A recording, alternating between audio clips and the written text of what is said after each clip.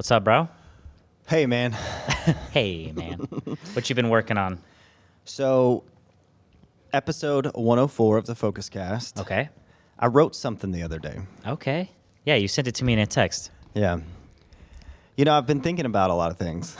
I've Turns been out- reading a lot of things. Turns out when you listen to 45 audiobooks every week. I am on book number 37 Okay, 37, my bad. in 2 months. So, you know, in going through some of this process, and especially I'm 42, I'm 41, almost You're 41. You've been doing EMDR, the therapy, for 42. Yeah, a year now. a year now. Yeah. Just really going in. Okay. And we said in the last episode, I'm choosing not to divorce my wife, marry a 20-year-old, and buy a two-seater. That's not the midlife crisis route you're going. Yeah. You I prefer to better understand who I am. And You're not getting the red Miata? no. The Mazda Miata? Yeah. No, I'm not. I'm No. not doing it. No. I'm making a choice not to. Yeah. Um, We all get to choose our own midlife crisis. that's right. We sure do. So my midlife crisis is really just going deeper to understand what I want to do for however long I live. Maybe Right. it's the second half. Yeah. So Do we ever really die? that's a good question. Or do we just keep recycling? Anyway, different. Well, in Georgia, we think we're recycling, but it's going to the dump. So They sell it. They drop it off in some Asian country and where it probably gets burned. yeah. So anyway, well, you want to start it off, yeah. and then we'll read your quote. I'm Jonathan Noel. And I'm Brian Noel, This is the Focus Cast. where we help you reduce distractions Increase focus, so you can live a life with. the most intentions. All right, so here's what I wrote. Okay. Now, this is under the framework trying to understand the meaning of existence. Okay. Nothing heavy or anything. Just a light little topic for us. Yeah. So this is my conclusion. Okay. I'm not projecting that this should be all of our conclusions. We'll get to that later. Yes. So, in trying to find the meaning of existence, we miss the meaning of existence, which is to exist, fully awake and fully present. Mm-hmm. Behind our desire to understand the meaning of existence is our desire to find individual purpose. What's my purpose? What's my purpose? Yep. Freaking out. Which leads us to miss our collective purpose, which is to reflect unconditional love and gratitude. Mm-hmm. There is no hierarchy to purpose. A single parent in a small town or a CEO of a global corporation is one and the same, to reflect unconditional love and gratitude, and this I love. Each of us hold the mirror, but the reflection is the same. In coming to this, all programs, scripts, and narratives fade away. All hierarchies of race, gender, sex, power, and belief systems fade away. All the energy spent on trying to understand who we are and our purpose fade away, leaving us to exist. To be curious, to be creative, to be you, to be me, to be us. Yeah. To be. Nice. So that's what I wrote. Nice, bro. That's quite a conclusion. No, I like that. Especially, we don't talk about, we're kind of new talking about some of these subjects. Yeah. Actually. Yeah. Especially with some, whatever, religious backgrounds. Yes. Not me, but more for you. Yeah. But if you believe in a collective consciousness, Yeah. which a lot of cultures do, Yeah. that it is all connected, then that makes sense. Yeah. You're reflecting unconditional love, and existing is supporting that, doing that. Yeah. And it, from all the way down to whatever, helping someone opening the door who has a couple bags that they're carrying, to finding a cheap way to make like aircrete homes for thousands of people in a third world country. Yeah. Doesn't matter. Doesn't matter. You're still loving. Mm-hmm. So, And we're going to talk about power and powerlessness in a minute. But what's beautiful about what you just said is no matter who you are, where you are, no matter what you have the ability to reflect unconditional love and gratitude. yeah. Exactly. That's a lot of power. It is a load of power. It really is. Damn. I mean, our grandparents, Oh, they weren't like CEOs of some big company, no. but they had their little community Yeah. and they had unconditional love. Yeah. They lit up the room, Yeah. both of them. Yeah. You saw it. It was You were, incredible. and they had their friends, Mhm. and that everyone loved them. Their community. Yeah. You know, the funeral, not thousands, but a lot of people showed up. Yeah. That's their corner. They lit up that corner. Yeah. But that still ripples out Yeah. because everyone they affected has families. So it Mhm. just kind of keeps going. So yeah, it's all connected. I mean, in my reality, it's all connected. Well, and of all of the books I've read, one of them I read was about quantum physics. Mm-hmm. And what we're uncovering or discovering about quantum physics is through science, it is all connected. Yeah, because isolation is pain. Yeah. Isolation is painful. Yeah. Yeah, Much of what we do, much of our habits, much of our pain all comes from the fear of isolation. and powerlessness, Yeah. feeling of powerlessness. Yeah. Yeah. Nice. So what I like about this Yeah. is what do we spend our energy on? Right? Well, it's like, you mean like trying to figure out the meaning of life? Yes. Yeah, then you miss everything. You miss it all. And I'm super guilty of doing this because I started with a, whatever you want to call it, doesn't matter, but spiritual teacher, Yeah. whatever. And you kind of start to, that happens sometimes. Yeah. You're like, well, what is it? I want to know why I'm here. Yeah. It's so like narrow, Yes. especially if you believe like you've been here doing it thousands or millions of times, if you get into that. Yeah. But whatever. It's really easy to zoom in. Yeah. Why am I here? And you just miss everything. Yeah. It just keeps going right by you. You don't see it. You know, you don't appreciate all the beautiful stuff around you right now. Right now. All you see, I call it the shit glasses. So you put on the shit goggles, Yeah. and all you see is shit. Hmm. You don't see the beauty. Yeah. That's what it feels like when you're really stuck in it. Yeah. So no matter what you have, you know, your amazing family and your friends and your car that actually works and yada, yada, yada. Yeah. We're very privileged in this country. Yes. You put on the shit glasses and all you see is everything you feel like you're missing Mm-hmm. because you're looking for the existence. Yeah.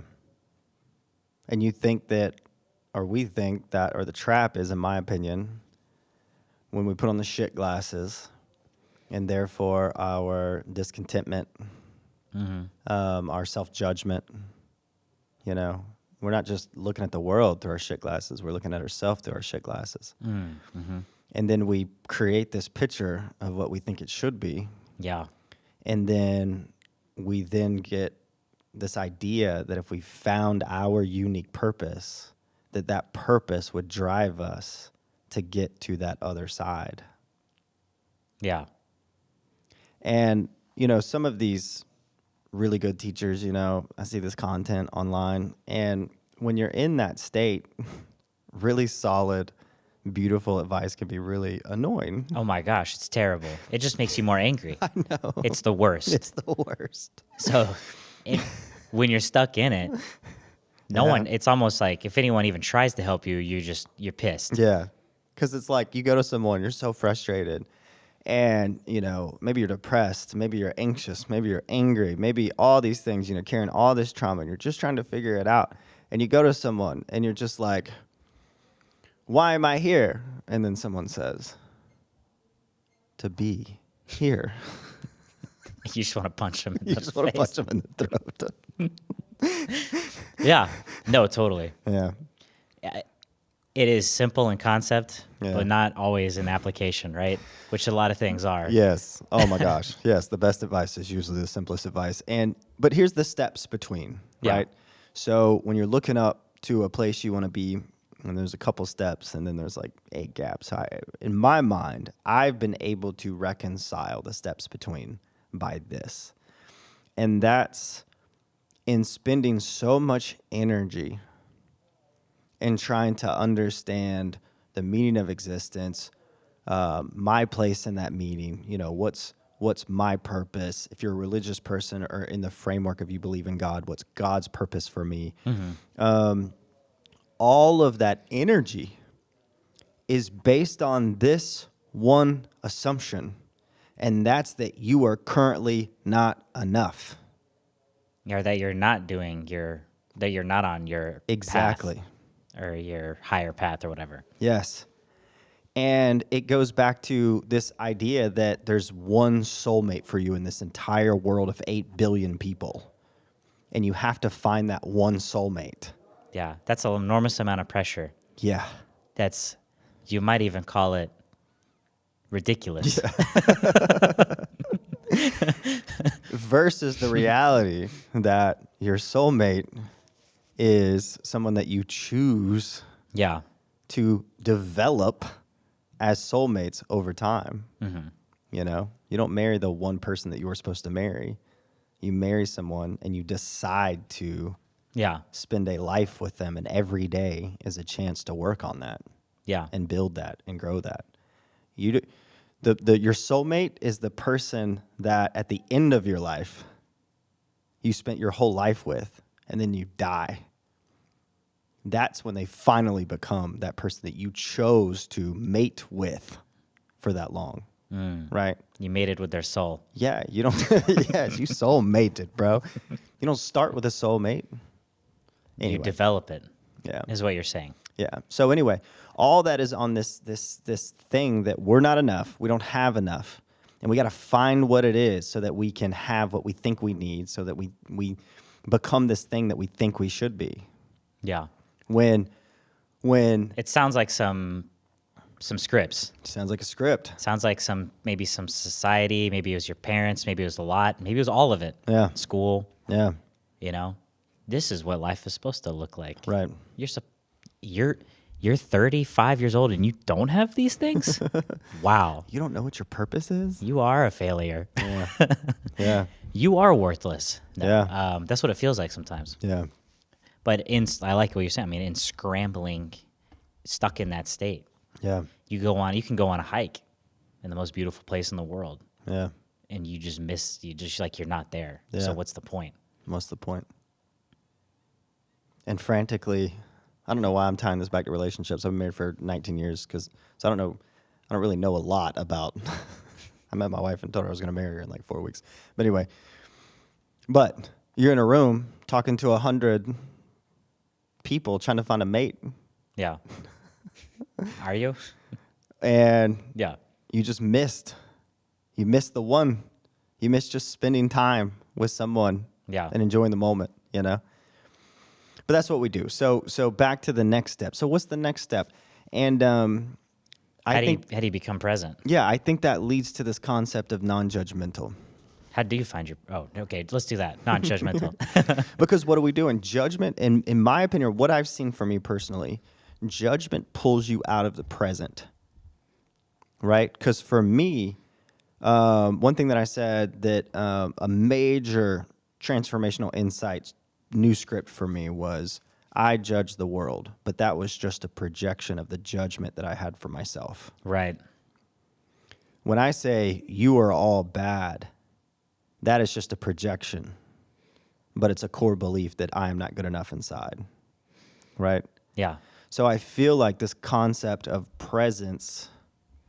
So what does that mean for myself when I judge the person with all the processed food in their grocery cart? Yeah. Well, it means this. It means I'm a... Yeah. So in this concept of non-judgment, this is insight to practice. So in the practice, what I'm trying to practice is radical non-judgment. Right.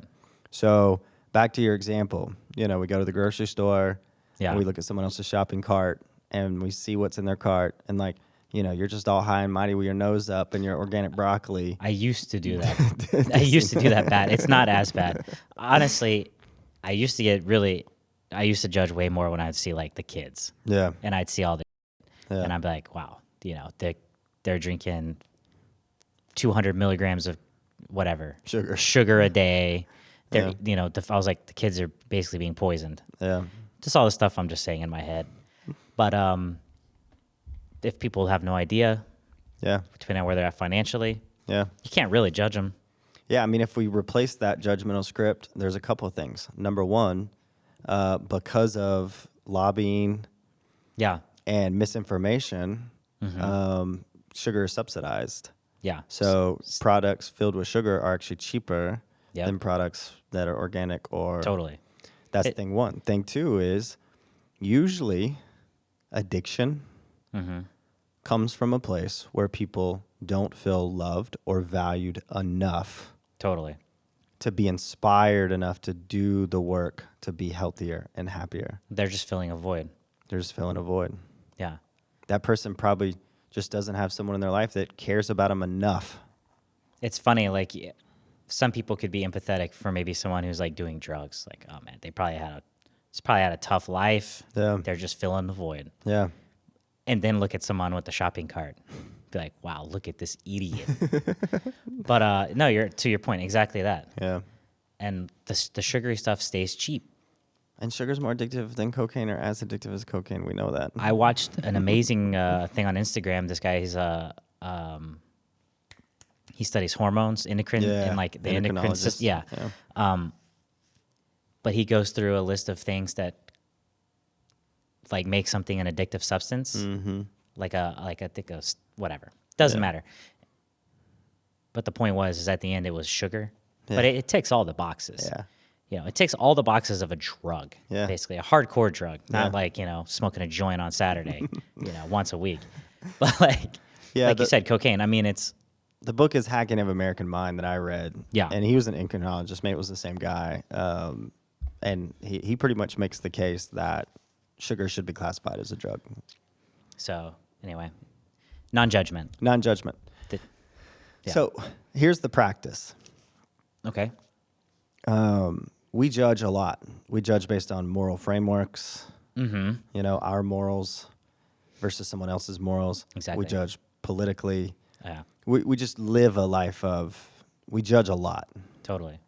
So the exercise is really paying attention to your mental scripts and the things you say about people, right? And really replacing those judgments with a positive script or a non-judgmental script. I got a personal example. Let's hear it. So I have a house with a carport. Our garbage cans are down the driveway. So we will, or my wife will, take a bag of trash and just put it in the carport. And when I get home, I'll take the trash to the trash can. You know, there was a period in my life where that would annoy me. Yeah. But then I replace that script with, I get to serve my family by taking out the trash. Nice. So then fast forward to like 3 weeks ago, Yeah. and we have a nanny who lives in our house in a basement apartment. And she's an adult. And she left trash out. Did And- it change for you a little bit? It changed for me a little bit. And my first reaction was just like, you're not my wife? Yeah. Who the hell are you? Who the hell are you? However, you reeled it in, right? Yes. Did you reel it back in? I or- reeled it back in. I caught myself. I Yeah. was just like, damn, you're getting really pissed off. And then I said, oh, I get to serve this house. Yeah, because she does a bunch of stuff around the house. She's amazing. Yeah. She's an incredible babysitter. She cleans. She Yeah, helps. You trust her with your kids. 100%. Yeah, so that's So I get to That's serve, huge. right? the household. Yeah. Yeah, And that's one thing I get to do. And that's just a different script. totally. You know, how many people judge when you're driving down the road? Yeah, if you get stuck in that loop, Yeah. then it's everything. It's everything. Like, look at how this idiot parked. Like, what is this person wearing? Yeah. What is this person doing? Why are they doing that? Yeah. And if it's like that all day, I've been around. I worked with a guy like that. I will say right now, it's the only person that ever made me feel physically ill just from their energy. I'm dead serious. Yeah. It's like vampire shit. Yeah. But we were in the car driving around. He's driving. I should have just jumped out on the highway. I mean, imagine for like an hour straight. Look at this fucking guy. Look at this. Look at this. You know, I can't believe. Look at this idiot. Look at this idiot. Look at this idiot. It was hard. Yeah. It was hard to be around that for a long period of time. Yeah. I You get felt stuck in that loop. I felt a big that was an intense loop. So anyway, that might be extreme because he Yeah. hated everything and hated everyone and everyone was an idiot. But that's the extreme end. Yeah. What are the little ones throughout the day Yeah. that you might be doing, I might be doing? Yeah. It adds up. Yeah. So I think a good example of this, I love this is a business quote that I said before that I really like, and that's in the business context, if I'm late, it's my circumstance. If you're late, it's your character. yeah, You know, why can That's- the boss be late, but if the employee does 3 times, they get fired? that's a classic corporate judgment right there. Yeah. And that's just how we are as individuals. Like I'm going to downplay. I'm going through this. This is my thing. That's why Yeah. I'm late. Yeah. You're late because you're not trying hard enough. Yeah. Look at spouse arguments, you know. I've got a lot of pressure at work. Mm-hmm. It's circumstance. But when you get home and the spouse may be irritated, it's like, why are you irritated? You're just a, Mm-hmm. It's character judgment. Yeah. So that's just natural for us.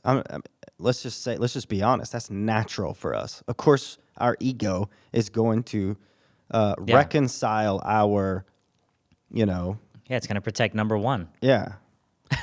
So the whole concept is, how do we start rewriting these scripts to go from judgmental to radical non-judgmental? And the reason being, tying this back to where we started.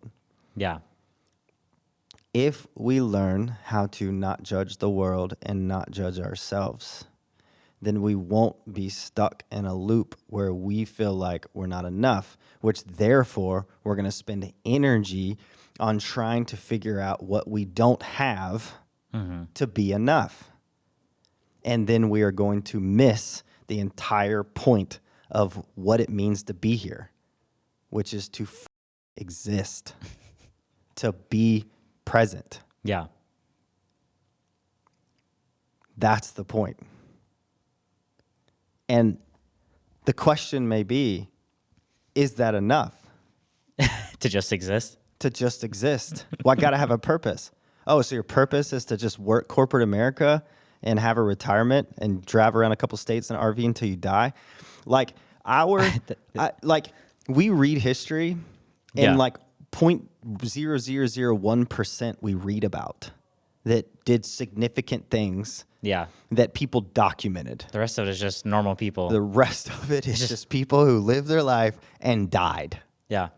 So do we think that in our suburban town or in our city, we're going to find the meaning of existence and that's going to lead us to become some conqueror of our modern era? Well, it kind of goes back to the collective. Yeah. No, I don't know. But it's easy to get stuck in that loop. It's easy to get stuck in the loop. Yeah, because I've been there. Yeah. You're looking for it. And What is my thing? What is it? What is my thing? And here's what's interesting. Here's a really good example that we're all can be pretty familiar with. Have you ever been with someone that you're having a conversation with, but they're just looking at their phone? Oh, Or you're in a meeting with the boss, yeah, and they're looking at their laptop? yeah. How does that make you feel? Like I'm gonna leave if it ever happens to me again. Next time it happens to me, I'm gonna walk away. Yeah, so if you're stuck in your head trying to find your purpose and the meaning of existence, Same thing. That's You're just the way doing your it to kids yourself. feel, your spouse feels, your friends feel, your life feels, because you're not present. And again, that's not a judgment statement. Like, Yeah, oh gosh, I no. literally just got a glimpse of radical presence within the past 6 months. You just got to taste that sweet nectar, bro. I did. After 30 something years of dissociation. Yeah. I think maybe there is individual purpose. I don't know, but growing and learning, it feels like for me, that works. Yeah. And on that path, you probably find some stuff you really enjoy. Yeah. If you find something you're so good at, Yeah. that, oh, I'm so good at helping people, ... Yeah. What I see, usually when I'm seeing most of these, like, pretty content, high operating, like spiritual types or whatever, they're helping people. Yeah. I don't really know anyone who just disregards humanity that I like enjoy listening to or talking to, Yeah. and looks at everyone else as like scum. Yeah. You know? So I'm enlightened to the fact that all of you are scum. exactly. So it's kind of people that try and increase their consciousness and grow and learn. It's all growing and learning. Yeah. And on that path, you might find something that really, really clicks. Yeah. But I don't know if you just find the thing that clicks and then, you see what I'm saying? Yeah. I don't think you just get it. You're right. You have to start the process of growing and learning Yes. to find the thing that clicks. Because you might not even be ready for it. Yeah. Because if I told you right now, oh, your purpose, if it was something extreme, I was like, bro, your purpose is to have a $250 million nonprofit that helps, hundreds of thousands of people on the other side of the world. You'd be like, that sounds overwhelming. I can't do that. Yeah. I'm not qualified. You're not ready. Yeah. But let's say 10 years from now, I told you that, you'd be like, oh, yeah, I've actually been thinking that. I finally have the resources to do it. Let's go. Yeah. Right? Does that make sense? Totally. So just because even if you had the information, just having it doesn't mean you get to just do it. Right. Right. Right? Yeah. So I think it all just starts with growing and learning. Yeah. So there we go. We just solved life. Look at us. No, but you know what I mean. Yeah, you've said this before, and I love this, and I've resonated with this, and I mentioned this in a couple episodes ago when I talked about my goals for the year, and that's to be curious and creative wherever that leads. Yeah. Like the pressure of it's going to look like this, or this needs to be successful. Mm-hmm. All that fades away into just I will be creative, and I will be curious. And within our true collective purpose, which is to reflect unconditional love and gratitude, if you just put those four things together, I will be curious and I will be creative. With non-judgment. Yes, free from judgment. Right. Free, radical non-judgment. Mm-hmm. I will be curious and creative, and I will reflect unconditional love and gratitude. In that, I can be radically present. Yeah. Now, I didn't arrive at that conclusion, and I've been present ever since. None of it's a destination ever, right? Nothing. None of it. There is no Yes. there. No. I mean, there's no there. It's just here, Yeah. right now, right? Like it's just because you had a taste of it doesn't mean it stays. Yeah. But what's really cool about it is for the first time in my personal life, I feel like that's the right script in my head Yeah. to focus on and to remind myself of and to lean into. Mm-hmm. Just like we shared in the last episode, I got to lean into it when my kid was in the hospital for several days and my wife had surgery. It was just chaotic. Mm-hmm. So, and then there's going to be times when things that I want to work don't work. Yeah. There's going to be times that I'm going to have to do stuff that maybe I don't want to do, just to live. And it's going to be challenged, Yeah. But that's all hypotheticals, and hypotheticals are the future, and the future doesn't exist. So right now, today. Yeah. That's a great way to have a lot of anxiety. Yes. Yes. That's like the perfect recipe. Yes. So right now, today, I feel like for me personally, Yeah. it took me 12 months, 37 therapy sessions, some other things, a lot of probably several books, a lot of thinking and introspective work. And for me right now, as of today, on February 2nd, 2024, that's what my purpose is. Nice. And that's what I believe the meaning of existence is. And that's what I hope and aspire to reflect, which is unconditional love and gratitude. Yeah. And the practice of radical non-judgment. Right. And as a state, not a destination. Absolutely. Yeah.